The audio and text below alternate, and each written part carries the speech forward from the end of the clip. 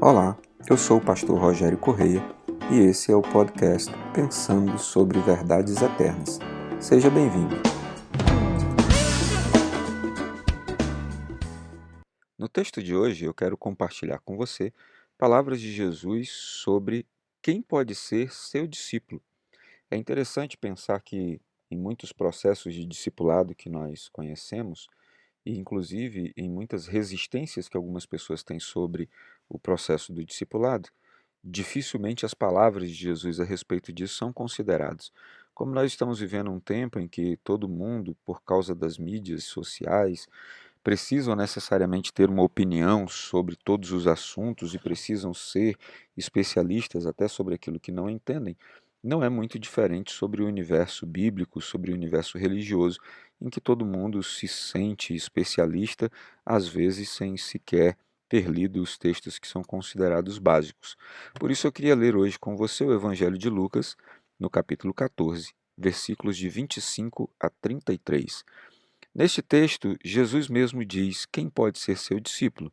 Lucas 14, 25 diz: Uma grande multidão seguia Jesus, que se voltou para ela e disse: Se alguém que me segue amar pai e mãe, esposa e filhos, irmãos e irmãs, e até mesmo a própria vida, mais que a mim, não pode ser meu discípulo.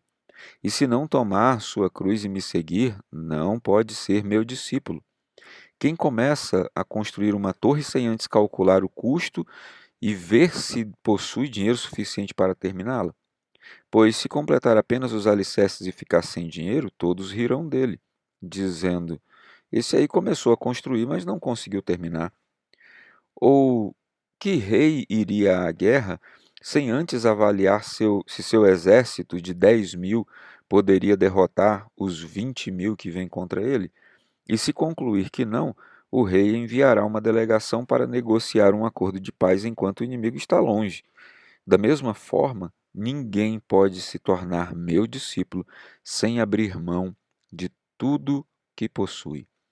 Então, Jesus está nos falando sobre valores eternos, sobre valores internos, sobre valores para a eternidade.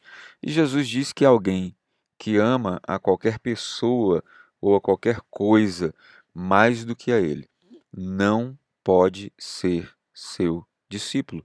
E esse processo de amar coisas e amar pessoas para Jesus é um processo muito prático. Nós aqui do Ocidente temos o hábito de pensar em termos emocionais, sentimentais, a respeito de amor.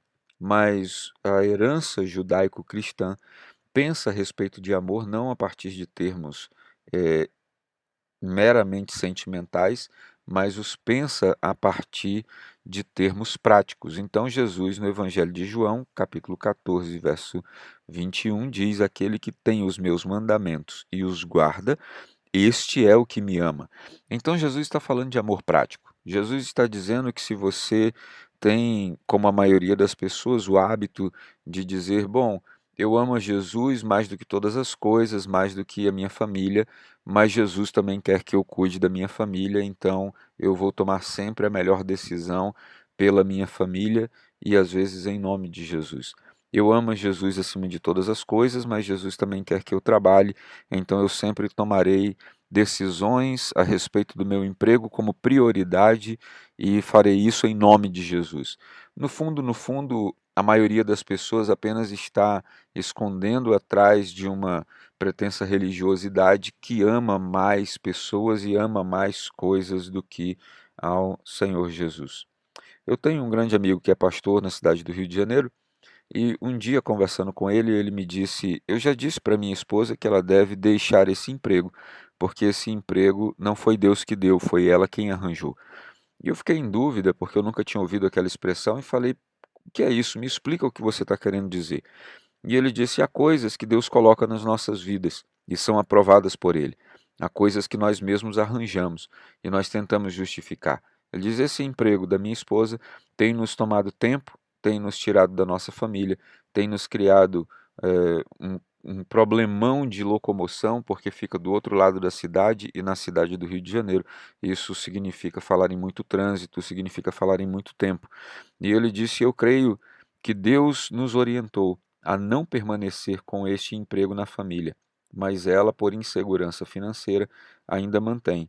Nós precisamos orar mais para que Deus nos dê coragem de sair desse emprego. Neste pequeno áudio eu não tenho tempo de explicar todos os detalhes dessa conversa para você, mas o fato é, há muitas coisas na nossa vida que não são aprovadas por Deus, mas nós justificamos porque somos inseguros. E Jesus, nesse texto, diz que aquele que não amar, inclusive, a ele mais do que a si mesmo, não pode ser seu discípulo. Se você pensa que a sua vida é mais preciosa do que o próprio Jesus, você não pode ser discípulo dele. Se você tem mais medo de morrer do que medo de seguir a Jesus, você não pode ser discípulo dele.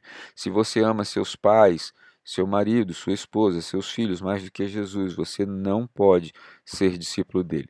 Jesus precisa ser a coisa mais importante da sua vida, por você entender algo simples. Se você amar as coisas e as pessoas mais do que a Ele, no final das contas você vai perder a Ele e vai perder as coisas e as pessoas.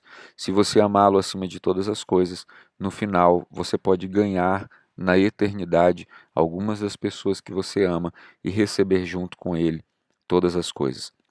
Jesus, inclusive, nos compara, ou compara a nossa decisão de sermos seus discípulos com a decisão de alguém que está construindo algo. Ele diz que ninguém começa uma construção se não calcular antes e ver se vai ter condições de terminar. Caso contrário, vão zombar dele e dizer: olha, começou uma grande obra e não teve condições de concluir. E de fato, isso acontece.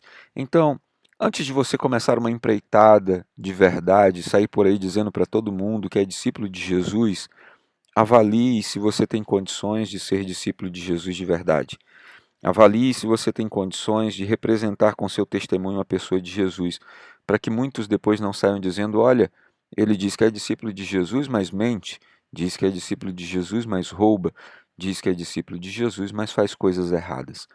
Jesus diz que nenhum rei sai à guerra sem antes avaliar os custos da guerra, senão ele manda uma bandeira de paz para não ter que entrar em guerra contra um inimigo mais poderoso do que ele mesmo. Avalie a sua condição de discípulo de Jesus antes que você saia por aí se dizendo discípulo de Jesus. E se você quiser ser verdadeiro discípulo de Jesus, ame a Jesus de maneira prática, fazendo aquilo que Jesus orientou. Ore todo dia, leia a Bíblia todo dia, dê testemunho todo dia, jejue sempre que possível, obedeça a todos os seus mandamentos. Seja discípulo de Jesus. Tenha um bom dia.